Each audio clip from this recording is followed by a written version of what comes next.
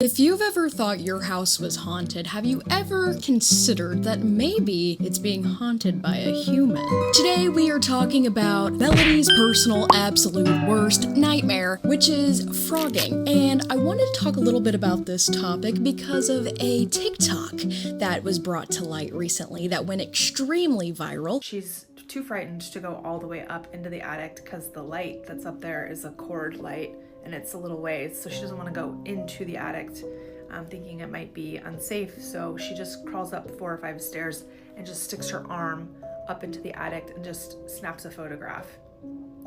She pulls her phone down to see what's actually living there. Warning. This is what is on her phone screen. That is the scariest thing I've ever seen. Homegirl had Nosferatu living in her damn attic. So in case you haven't figured it out yet, today's video is about when people live in your house. Let's start with the basics. What is frogging? Frogging is called frogging because the idea is people hop from house to house, living amongst the residents who live there. And a lot of people will say, oh, frogging is when people live in your house, and they get it confused with squatting. Squatters live in houses that are abandoned, maybe even public spaces that have been abandoned, vacation homes that aren't in use, those type of things. Squatters typically don't want to live with anyone else. They just want to live at a residence that isn't theirs. Froggers don't just want to live near you, they want to live among you. There are multiple reasons that people frog. Some do it for food or shelter because they're impoverished. Some do it for stalking, when they develop an obsession over a person and they want to live in their house with them. And some just do it for fun because they're crazy and I guess they haven't tried like pottery or therapy or other hobbies. I know what you're thinking, Melody, how often can this happen? If somebody was living in my house, I would know. And I challenge you to this. No, you wouldn't. No, not for a little bit, because these people are sneaky. Let's talk about one of the first ever recorded instances of actual frogging, which is the Daniel LaPlante case. Better not start barking. You better not. You're on film, bub. Daniel LaPlante was the 1986 Massachusetts maniac who was the original wall demon. Guys, sometimes I know I joke a little bit about living in your walls and being in your walls, and you've probably heard me say I'm in your walls on the channel. I want you to know it's just a joke. It's not real. I'm not actually there. LaPlante secretly lived in a family called the Bowens house in Pepperell, Massachusetts. And actually, 2 of the teenage daughters of the Bowen family didn't believe they had a frog problem. They actually thought they had a ghost problem. They'd hear footsteps in the walls, furniture would be moved, the TV channels would be changing, food would be missing. And when they started verbalizing that they thought they had a ghost, it seems like LaPlante decided to just coattail off that situation. Oh, you want a ghost? I'll show you a ghost. LaPlante, being the little human poltergeist that he was, decided to make things way worse by leaving creepy messages all around the house. Like, I'm still here, come find me, and another saying, I'm going to kill you all. It's clear that this guy, number one, well, first thing, needed help. Second thing, weird. Real weird. When the police finally caught him, they found him in a cavity in the wall behind a dresser, with his face painted white, his hair spiked up with what is believed to be ketchup, holding a hatchet. What? Because he was a teenager at the time, they pretty much just gave him a little bit of a juvenile sentence at a juvenile detention center for his juvenile crime, which he definitely should have been tried as an adult, because that's freaky. That's not normal. And after he was released, he went on to murder people. He is now currently serving life sentences. Even celebrities aren't safe from frogging, which, you know, now that I said that out loud, it's kind of stupid because that seems like the first people that would be stalked would be celebrities. Parasocial relationships, am I right, ladies and gentlemen? According to an article from The Independent, an obsessive fan once lived under the late George Michael's floorboards for 4 days. She revealed herself to him by whispering his name. She was doing a full Stephen King. Hiya, Georgie. She just under there, she's like, freedom, I won't let you down. Freedom, I won't give you up. Freedom, you gotta give what you take. George Michael's like, what? Huh?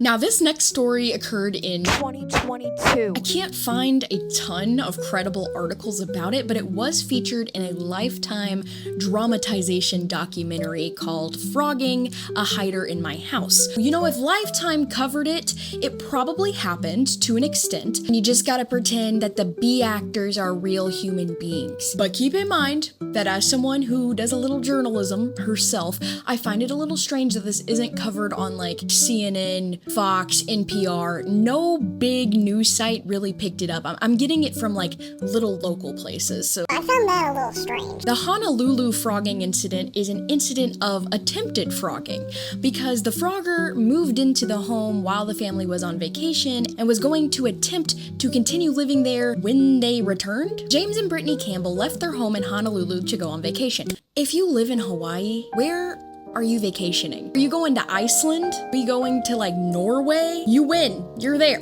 Okay, I digress. When they returned home, they found that their clothes had been rearranged, pots and pans were stored in random places, their laptops had been used, and their bedroom was in complete disarray. Eventually, they came face to face with a frogger known as Ezekiel Zayas, who calmly looked them in the eye and told them, "This is not your house." You don't need to see his identification. We don't need to see his identification. If that happened to me, whoa, my bad. You're right, G.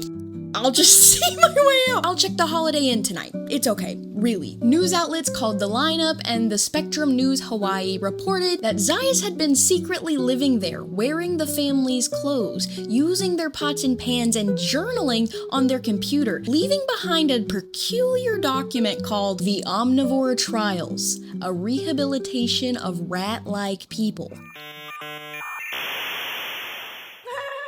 Brittany Campbell said that in this document, it became clear that Ezekiel Zayas wanted to play doctor on them, and not in the childlike way. The document was basically a manifesto that contained information on how to turn the Campbell family into some weird Frankenstein project. Is this real?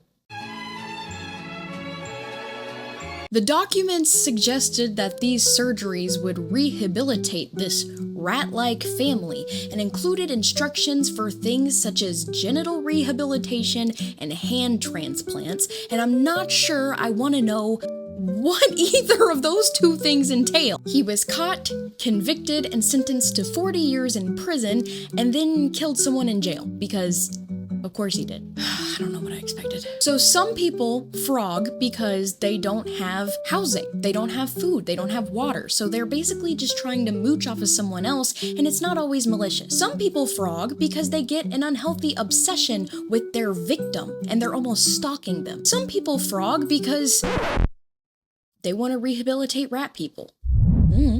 But the thing that irks me the most is that there is allegedly a community of people who frog just for the thrill of it, as if it is a hobby. And these people really aren't malicious, apparently. They don't really cause harm, according to what I've heard, but it's like an underground community of people doing something like mountain climbing or kayaking, only their extreme sport is living in your home. Do I have proof of these frogging communities? No.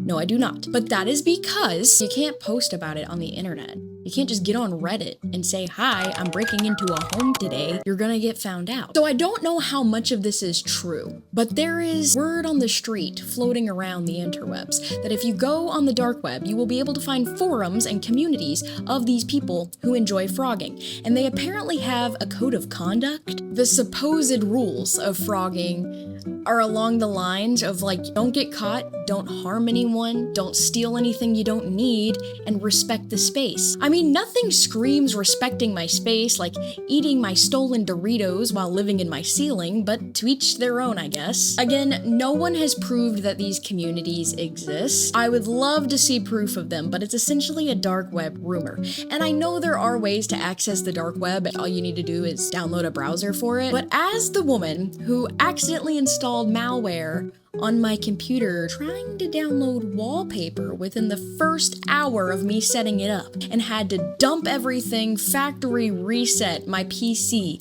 within an hour of having it and turning it on, I just feel like that shouldn't be me. I feel like I shouldn't be the one to do that. I'm not about to download Tor and go spelunking through the dark web just to end up with a stolen social security number and some Russian Bitcoin miner harassing me in my emails. I'm not letting that happen. So, now the part that might keep you up tonight. How would you know if there was a Frogger in your pad? Do you see what I did there? Here are some signs to tell that you might have a creepy little tenant living rent-free in your crib. First of all, if you hear things like whispering or footsteps. It's a good sign. Things that you swear you locked or left unlocked, or food is missing, furniture is moved. And they say to look out for weird smells, like body sprays and perfumes that don't smell like you. I didn't realize that these froggers were so hygiene conscious. Interesting. And most police say that if you think someone is living in your home, don't confront them directly, just call enforcements. Call backup. You stay here. Mommy's a little freaked out recording this at night. So there you have it, my personal nightmare. If you enjoyed this video, let me know in a comment down below. If you didn't like this video, also let me know in a comment down below. My name is Melody, this channel is called Melody Ever After. If you enjoyed this video, leave me a like, maybe even subscribe if you're feeling froggy. And you should subscribe so you can see more of this guy.